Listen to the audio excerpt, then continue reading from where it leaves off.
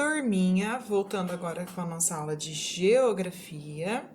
Antes de fazermos as lições de hoje, vamos relembrar o que estudamos até agora. Estamos conversando e aprendendo sobre os tipos de moradia.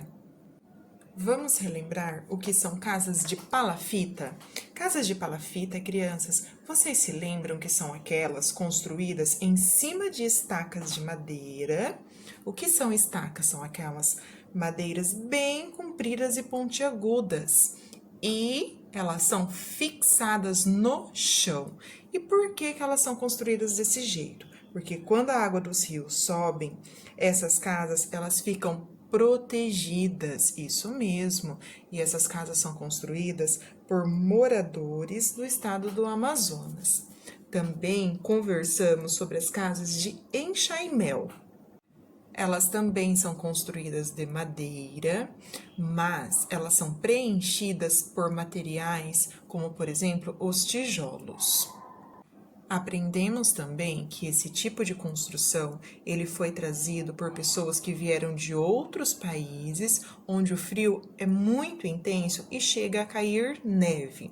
E aqui no nosso país, nós encontramos esse tipo de moradia lá no Rio Grande do Sul, ok? Agora vamos conversar um pouquinho sobre a casa de pau a pique ou taipa. Ambas as casas, crianças, elas são feitas com materiais que são retirados direto da natureza, como, por exemplo, a madeira das árvores ou bambus, barro e palha. Essas duas casas, crianças, elas são mais comuns em fazendas e até mesmo a casa de pau a pique, como nós já vimos antes, é encontrada em Maraú, no estado da Bahia. E, finalmente, relembrando o último tipo de moradia que conversamos, que são as moradias indígenas.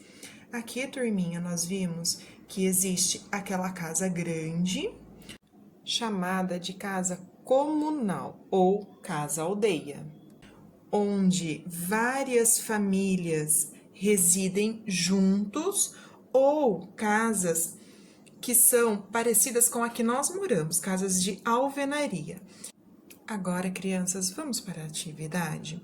Na número 1, vocês vão completar essas palavras com as letras que estão faltando para dar nome aos tipos de moradia. Como que é mesmo o nome daquela casa que são construídas sobre estacas e localizadas geralmente na beira do que mesmo? Completa aí. E a casa feita com madeira, barro e palho? Ela tem 2 nomes. Ela pode ser chamada de casa de completa ou novamente. E os vários tipos de povos indígenas constroem um tipo de casa, que é a casa quando moram várias famílias. É a casa bastante ampla para acomodar as famílias da aldeia. E a número 2, escrever para a professora o que poderia acontecer com essas comunidades ribeirinhas se as casas delas não fossem construídas sobre as estacas.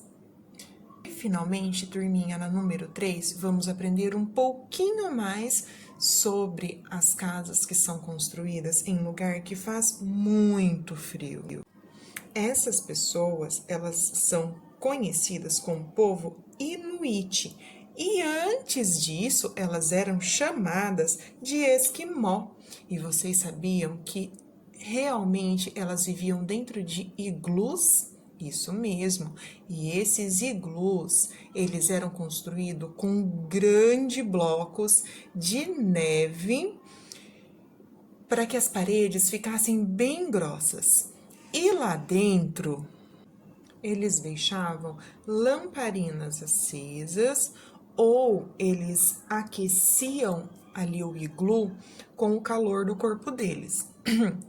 Hoje, eles não moram mais em iglus, eles moram em casas que são bem protegidas pelo frio e eles utilizam esses iglus para se proteger no período de caça, ok?